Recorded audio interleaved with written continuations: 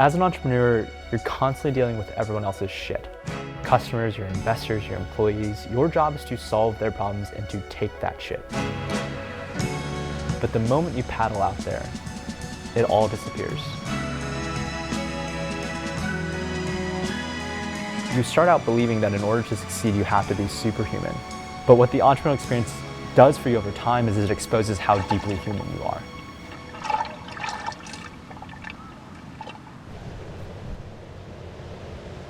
The grind builds the business, but recovery is what makes it possible.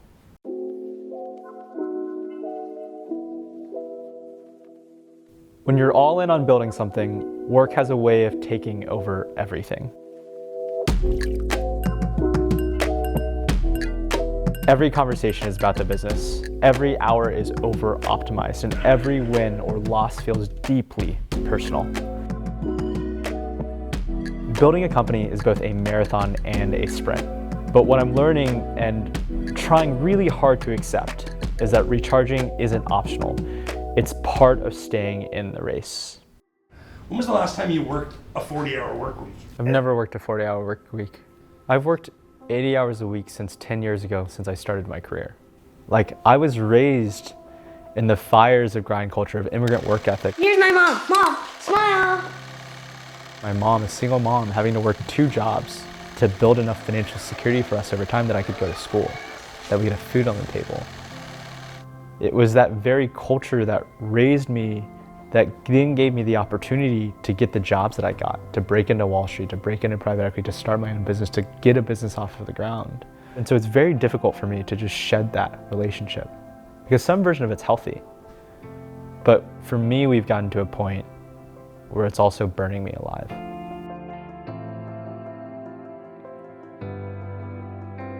Grind culture and hustle culture, this work ethic piece, is baked into the very fiber and DNA of my being. And I think what I struggle the most to reconcile is how much of that I should continue, because it's driven so much of my success today, while also still letting more of my humanity peek out, where I get to take a rest, I get to take a break, I get to take a surf. And what I struggle the most in is, I don't know if it's a good thing to be promoting rest in this moment, actually. I think it might be bad advice, because we're trapped right now in such a vicious cycle in society where everyone keeps one-upping each other. Everyone keeps being more and more productive, right? Capitalism has just gone off the rails with all of us trying to eke out 10x more productivity, 10x more value, 10x more profits. I don't feel comfortable talking about my relationship with rest, because I don't think I should be one that one should take advice from on this. My relationship with work has come at such a cost to my rest, to my sanity, to my relationships. There is maybe some world where you can eject and rest and play and be human, but I just don't know if that gets you left behind. But I do have a bet that if we as a society were all to take one collective breath and one collective rest, I think we'd zoom out from this fight or flight, one-up game that we're all playing, this vicious cycle. And we might all ask ourselves, like, what the fuck are we doing?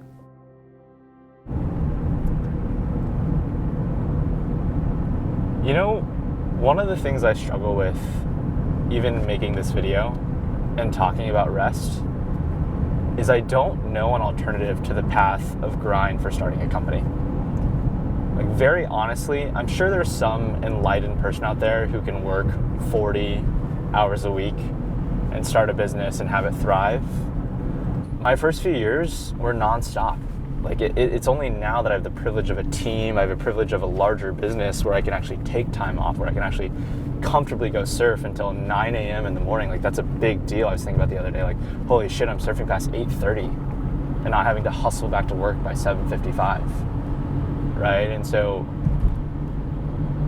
I really struggle to share this concept of rest, because at least my reality, my known way of achieving the goals that you want to achieve is that you have to be obsessive, you have to give a lot, and it takes a lot out of you too. What happens to me when I don't take time to recharge is that I just feel this grating energy. It's like you're just ground down to the barest bits. And you feel more peeved, you make worse decisions, and you just know you're not on the ball. But that constant pushing from 10% battery down to 0% and constantly just pushing the needle and forcing it through is exactly what's gotten me to where I am now.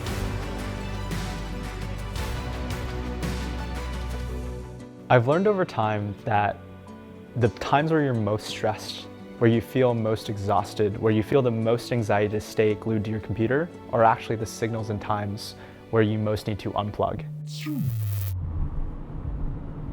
People ask you all these tactics like, oh, how do you stay sane? How do you avoid burnout?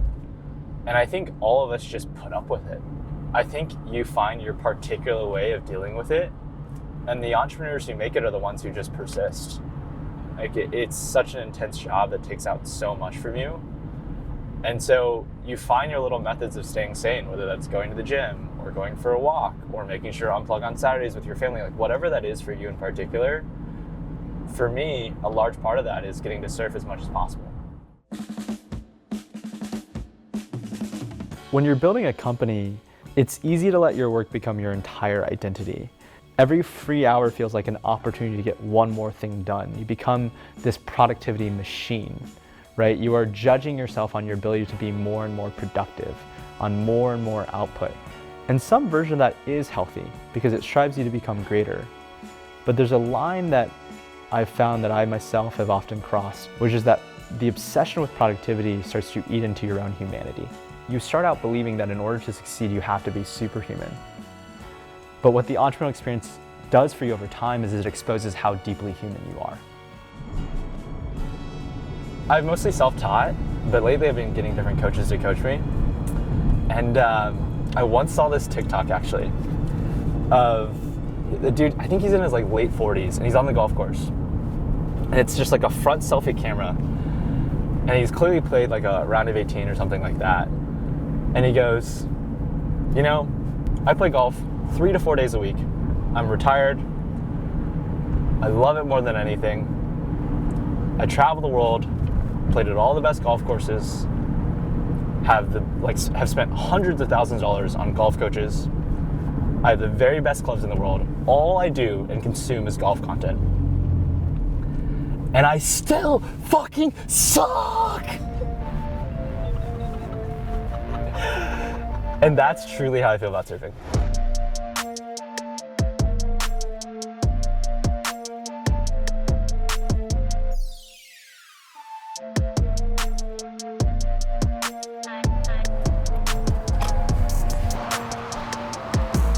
Oh.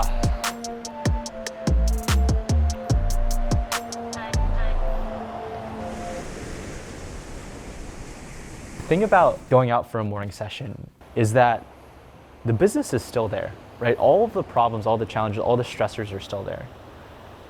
But no matter what I do during that session, I always come out feeling way lighter.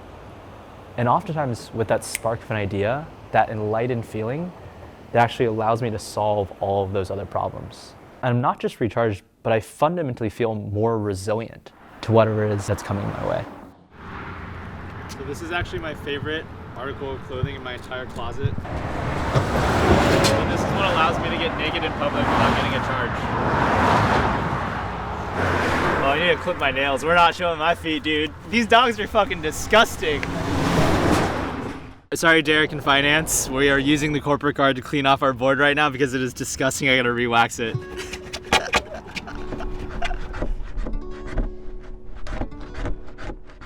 I grew up landlocked, and so I didn't find surfing until I moved out here to California.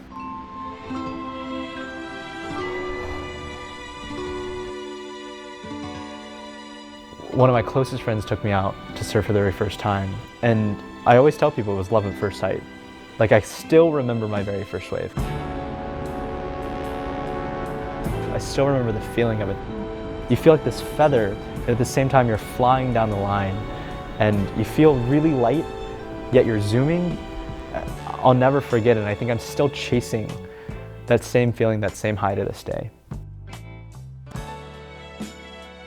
How you feeling? I feel strange being shot right now. Guys, I can't tell you how strange of a human experience it is for a bunch of people to watch you change. I'm like, ah, ah. As an entrepreneur, you're constantly solving everyone else's problems. You're constantly dealing with everyone else's shit, right? Your customers, your investors, your employees. Your job is to solve their problems and to take that shit. But the moment you paddle out there, it all disappears.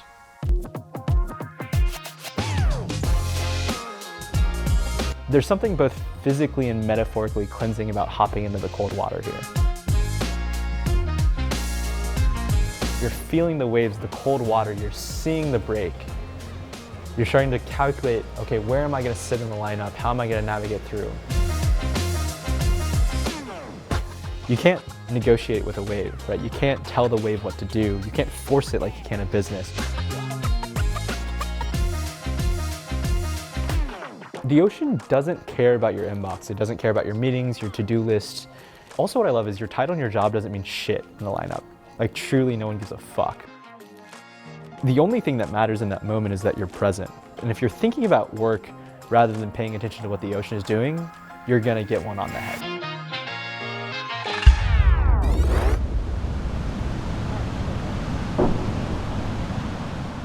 One of the beauties of surfing, more than any other activity in my life, is there are these rare moments that I feel out there that just feels like pure bliss.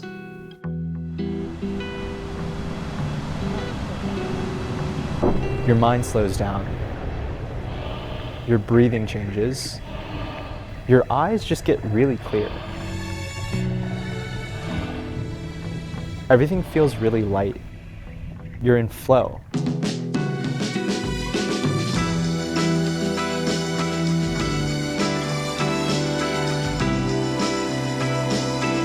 What I'm realizing now as I tell you this is it feels like relief.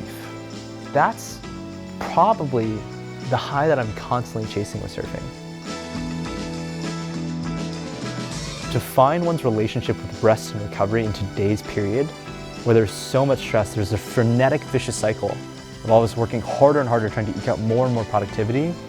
In some ways I'm worried it's irresponsible to be telling people to take rest.